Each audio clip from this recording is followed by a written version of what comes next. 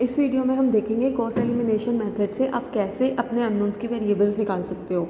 इस टाइप से जो मेथड है हमने छोटी क्लासेस में भी यूज़ करा है। जैसे मेरे पास 3 इक्वेशंस हैं और 3 ही वेरिएबल्स हैं, तो आप क्या करते थे, कोई भी 2 इक्वेशंस लेते थे। जैसे मैंने फर्स्ट और सेकंड इक्वेशन ली, उससे एक्स को एलिमिनेट करा तो वाई जेड में इक्वेशन आ जाएगी।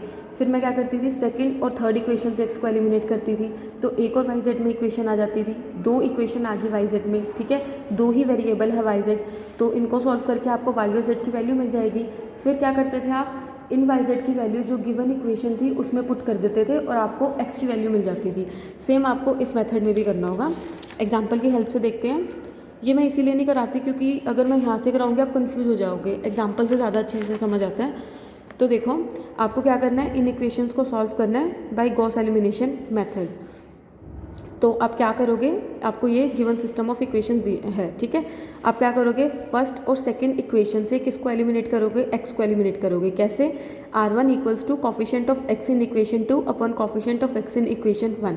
अब इक्वेशन 2 ये आपकी, इसमें एक्स का कॉफिशेंट देखो क्या है 4 upon coefficient of X in equation 1, ये इक्वेशन 1 है, एक्स का कॉफिशेंट यहाँ पे क्या है 2, तो 4 अपॉन 2 क्या आ गया आपका 2।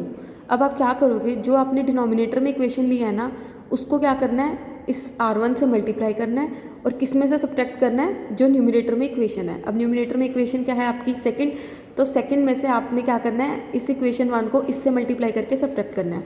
तो सेकंड इक्वेशन लिखो 4x plus 11y minus Z, इसमें से आप क्या माइनस करोगे, इक्वेशन 1 को किससे मल्टीप्लाई करोगे 2 से, तो minus 2 into 2x plus Y plus 4z equals to, same ऐसे ही राइट साइड में करना है 33।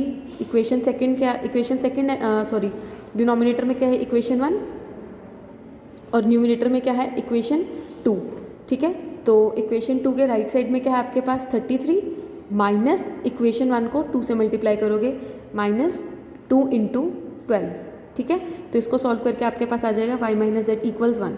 अब अगर आप इक्वेशन 1 को ऊपर लिखते हो, इक्वेशन 2 को नीचे लिखते हो, तो आपको क्या करना होगा, इक्वेशन 2 को इससे मल्टीप्लाई करना होगा और किस में से माइनस करना होगा, न्यूमिनेटर वाली इक्वेशन से, मतलब इक्वेशन 1 से, ठीक है। वो आप अपने अकॉर्डिंग करना। इन्होंने x को एलिमिनेट करा है, आप सेम y और z को भी एलिमिनेट कर सकते हो, वो आपकी चॉइस है।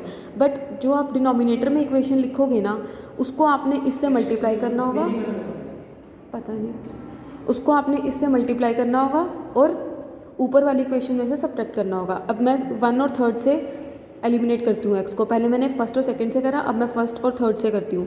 तो आप क्या करोगे, r2 निकालोगे, r2 क्या होगा, coefficient of X in equation third upon coefficient of X in equation first.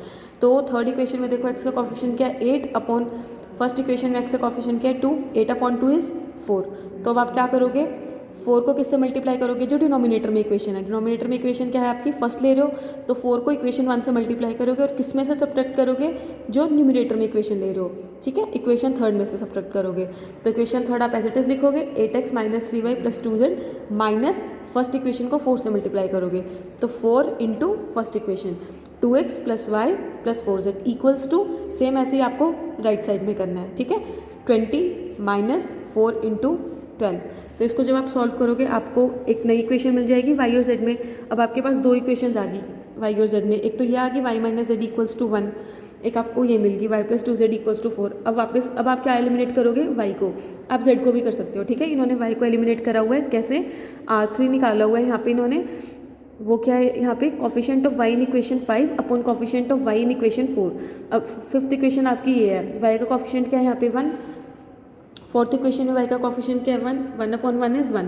अब आप क्या करोगे, जो डिनोमिनेटर में इक्वेशन है उसको इस 1 से मल्टीप्लाई करोगे और किस में से सब्ट्रैक्ट करोगे, जो न्यूमिनेटर में इक्वेशन है। न्यूमिनेटर में इक्वेशन कौन सी है फिफ्थ, तो फिफ्थ इक्वेशन को लिखो y प्लस 2z माइनस जो डिनोमिनेटर में इक्वेशन ले लिया हमने फोर्थ इक्वेशन को 1 से मल्टीप्लाई करोगे। फोर्थ इक्वेशन थी आपकी ये, तो 1 y minus Z into 1 Y minus Z equals to, same ऐसे ही आपने राइट साइड में करना है। तो यहाँ से आपको z की वैल्यू मिल जाएगी।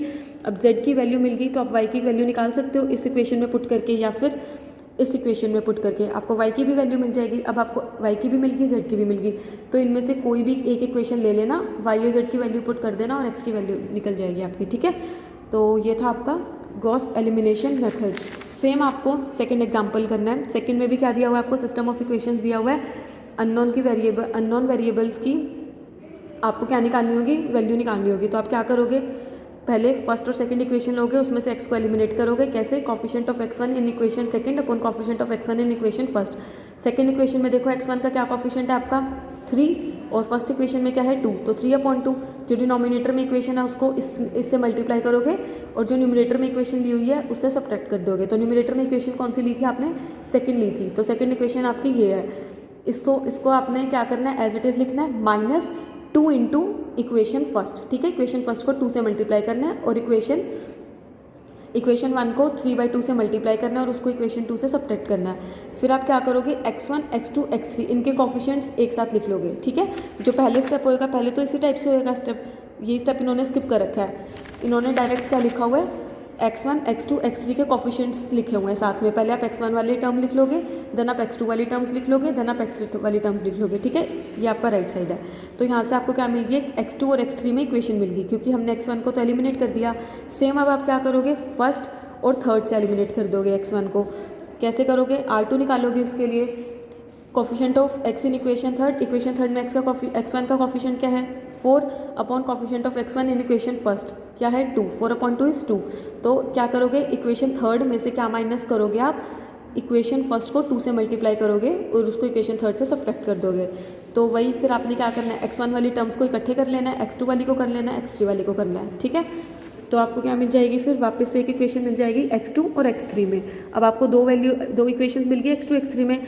अब इन दोनों इक्वेशन से आप या तो x2 को एलिमिनेट कर दो या फिर x3 को एलिमिनेट कर दो। इन्होंने किसको एलिमिनेट करा है? x3 को। कैसे करा है? Coefficient of x3 in equation fifth upon coefficient of x3 in equation 4। अब देखो इसमें कॉफिशिएंट क्या है x3 का? -1 और फोर्थ में इक्वेशन कॉफिशिएंट क्या है? -1। तो -1 अपॉन -1 इज 1। ठीक है, अब क्या करोगे? फिफ्थ इक्वेशन में से क्या माइनस करोगे? फोर्थ इक्वेशन को 1 से मल्टीप्लाई करके, है ना। तो फिफ्थ इक्वेशन क्या थी आपकी? ये थी। इसमें से क्या माइनस करोगे? इक्वेशन 4 को 1 से मल्टीप्लाई करके माइनस कर दोगे। तो यहाँ से आपको क्या मिल जाएगी? x2 की वैल्यू मिल जाएगी। x2 की वैल्यू मिल गई आपको, इसमें पुट करके x3 की भी वैल्यू आ जाएगी। अब x2 की भी मिल गई, x3 की भी मिल गई। इनमें से कोई भी एक इक्वेशन लोगे, उसमें x2 x3 की वैल्यूज़ पुट करोगे तो आपको x1 की भी वैल्यूज़ मिल जाएंगी। ठीक है, तो ये था आपका गॉस एलिमिनेशन मेथड। इसको प्रैक्टिस करना। फर्स्ट टू 10 एग्जाम्पल्स आपके वही उसी से हैं। ठीक है।